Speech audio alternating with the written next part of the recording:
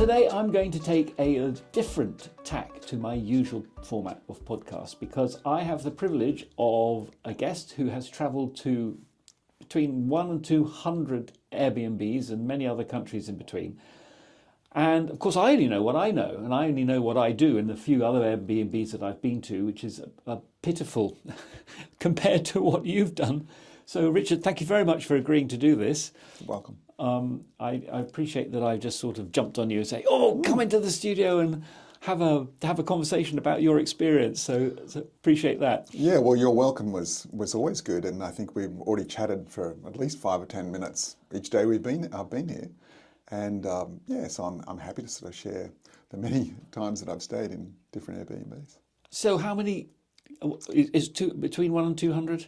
I'd say so. Look, it's hard to think. Yeah, but I mean, even just in the last couple of years, I would have stayed in at least 30 Wow. Airbnbs. I mean, last year I travelled Japan for a month, and I was in Australia for a while. Probably don't usually use Airbnbs that much there, but Europe, actually, yes, went to the World Cup in 23 and more Airbnbs. So, I mean, I just think I like the whole concept of Airbnbs just because it's giving money to the local people as opposed to the hotels.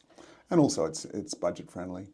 And it just gives you a chance to sort of stay in places where there are no hotels. So it's all good. Yes. I've listened to several talks given by Brian Chesky, the owner of or founder of Airbnb. And I really sense that he is frustrated that Airbnb is being used more as a short-term letting management system as opposed to a travel like a human, which is all about hosting in the local community by locals so that you get a proper flavour of the place. Yeah, I think it's been taken, just because there's so much money to be made, that a lot of people, well, I think the first place I think of is Paris, where they just have companies running different Airbnb places. So it's really nothing to do with the locals. And who knows whether those companies get taken over by the multinationals, and then basically it's like a hotel, but under the guise of it being, the local Airbnb. Really, when I think about the whole Airbnb experience, for me, it's all about budget in the start. I mean, if it's not priced well, I won't be coming. Look, cheap and cheerful, clean and secure. That's probably about it. If I'm trying to decide on two places, if one's a superhost, then it's just a no-brainer. But I do like to sort of see the superhost, and also it's something that we're thinking about doing ourselves. So when you look for someone, you've already alluded to it, what specifically do you look for? When do you choose to go for hosted or non-hosted, and what sort of accommodation are you looking for? Is it a whole place or? Sure. Well, yeah. First of all, when you say hosted and not hosted, I never see that. I don't pick up whether it's hosted or unhosted. That's the first time. That's interesting. All right. But I've never seen not hosted. That's probably why I expect to meet everyone that I go to. And lately, I would say maybe even 80%, I don't meet them. You're unusual. It's good. But is the host actually on the property, or have they let the property out because they're not there? Yeah, probably the latter. Yeah. That's a very interesting. I'd never ever considered that point about not knowing whether the host is there or not. Yes, I mean that's when you sort of said that there's, do you choose the host or the unhosted? I didn't know there was a choice. My wife and I, we're comfortable, but we would just rather spend our money on the sites and in seeing it than spending money on a place to stay. Really, just after safe and clean.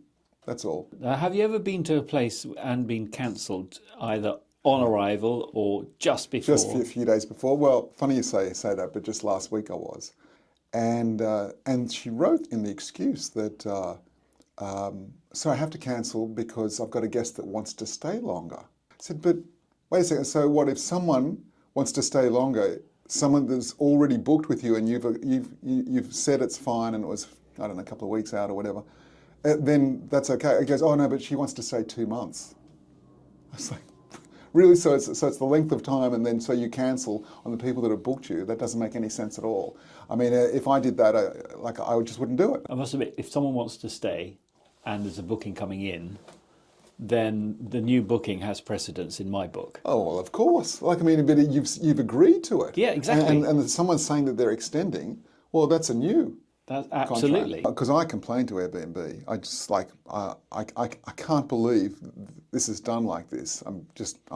Was very annoyed. But they just gave me a credit that I was very happy with, that I can use for the next booking.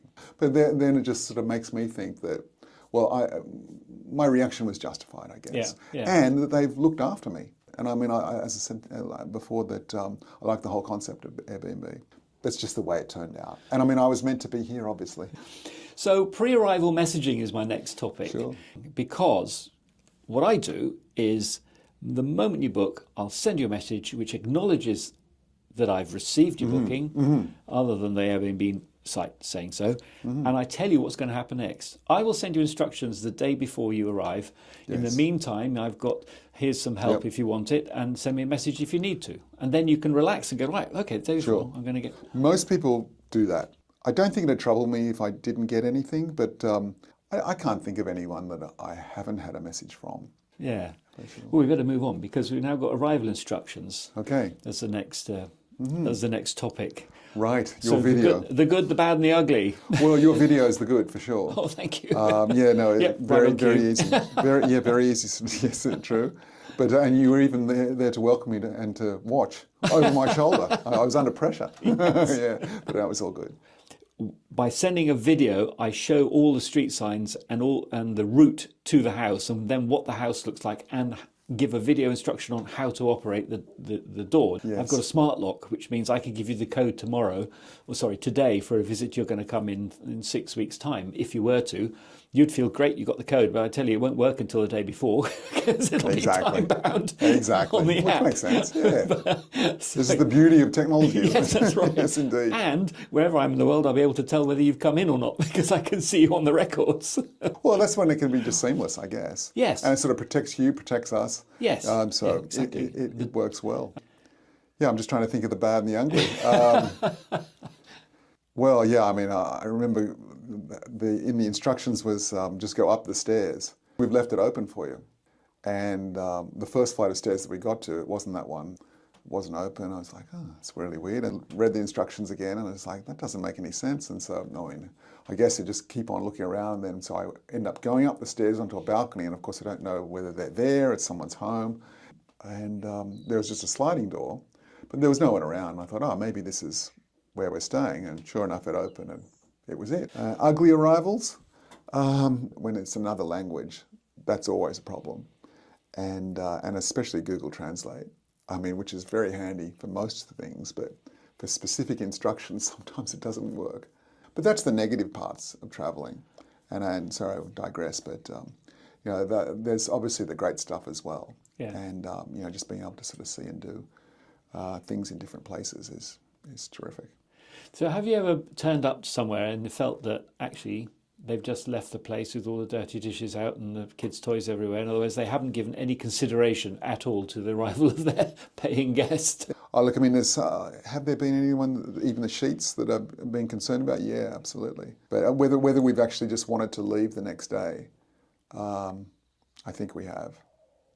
Not sure, but it's probably too long ago. Bed bugs? Don't think so. No, I think they've been lucky there. Yeah, but I guess, actually, I think it's even from a hotel we've had bed bugs. But so, look, you can't have it all good. Have you been to a place where there has not been someone to greet you in person, where you actually feel very welcomed from what the host has done to welcome you? If it's a cold climate and you open a door and you see this sort of bedroom or whatever it might be, living room, and it's warm and toasty and well, it's a home. Yeah. And that you've got the privilege to stay in. That's always nice. Warmth and light, I guess, would be a big one, especially in cooler climate. Now, what about house rules and setting boundaries and so on? What's your take on that topic? Often the house rules are always in a drawer. I don't see why they shouldn't be out. Because if you want us to read it, then hosts need to have them just, you see, put it on the bed. Can't miss it there. If I see it, as long as it's short, I will read it for sure.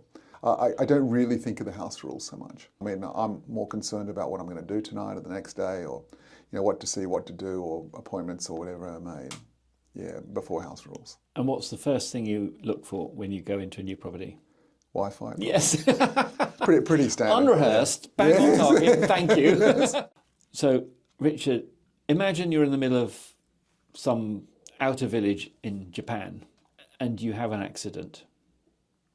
Mm-hmm. Who are you going to call?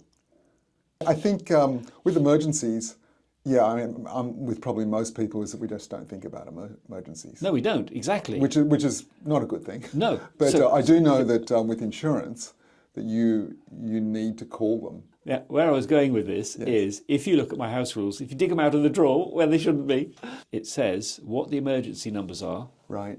And also where you are in the world with the What 3 Words app.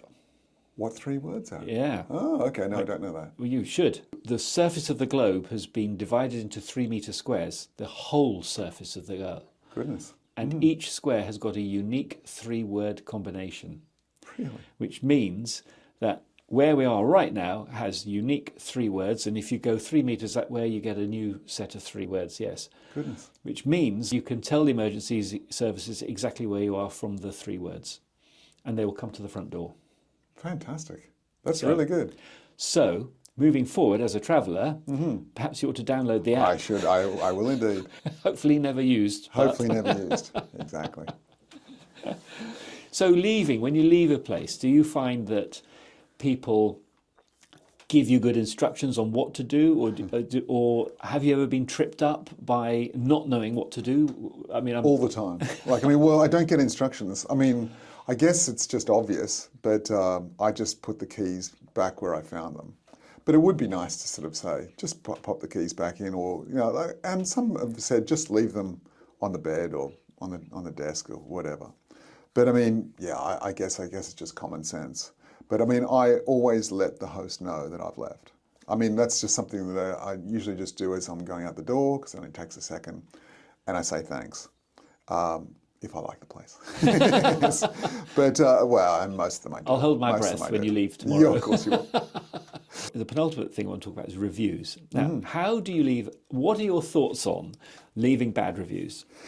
Always the hardest. Yes, I agree. Yes, but I love. The first thing I think of is that Airbnb gives you a chance to send a private message, and that's where I'll be very critical. And I mean, but it's usually just one thing, usually. So it's not something that it has. Well, hopefully it hasn't affected the whole stay. So it doesn't really need to sort of be. Often it doesn't need to be in public. So it's still, and the rating may sort of change. What I don't like about some of the Airbnb ones is that it gives you all the sort of things to sort of say whether it's good or bad. And if you don't put 5, then if you put 4 or 3, fair or whatever, it comes up with all these bad things. And I don't know, I mean, I guess it makes it quicker, and I can sort of see the advantages of having that. But it also, I don't know, it just feels as though you've got to be critical. Do I leave many bad reviews? Not really. Frankly, I would probably more likely not to leave a review, because I always leave a review, pretty much, even if it's just a few words, or I go through this. It doesn't take long. And finally, I call it life after guests. So, are there hosts who you have kept in touch with on a personal basis as opposed to a professional basis or business basis, long after you stayed with them? I don't keep in touch. No. You're the only host that I've seen twice. Well, the only place that I've been to twice. Really? I think so. I'm honoured. Yeah. No. Look, I mean, well, but again, I guess when you travel somewhere, it's usually there's so many other places, so you go somewhere different. Yeah. But because we've got our daughter that is living here, we're coming back, and who knows whether we'll come back. She's still got another year. There would be hosts that I would be happy to see again, for sure. And, that we've just relaxed with, we've chatted and whatnot. Just trying to think whether I've kept in touch. I don't think so. No. So thank you for having your place again. Thank you for coming. And of course I've been back to some places. some towns. Yeah. And maybe I've looked for it and it's not been available. Right. Well, because I mean, if I want to go back there, then it's obviously good. Yes. And so then it's popular Yeah. and also, well, no, I think of one on Vancouver Island that he just started up. And whether it was just a great price or not, but it was just such a lovely spot right by the water, and it fit everything. We stayed a couple of nights, and I think I looked to sort of see, one, it had gone up, and two, it just wasn't available. Right. So, but because it was such a great place, Yes. and I mean, and they were just starting off, and just lovely hosts and really nice spot. Yeah. Yeah. Cool. Well, Yes. thank you very much for your time. You're welcome. These cookies that Sol made are still there, uneaten. So We should. We better take it. But thank you very much. I really appreciate it. Thanks so much. Neil. You're a great host. Thank you. Yes. And I think the tea's gone cold as well. It has. That's okay. I still don't mind.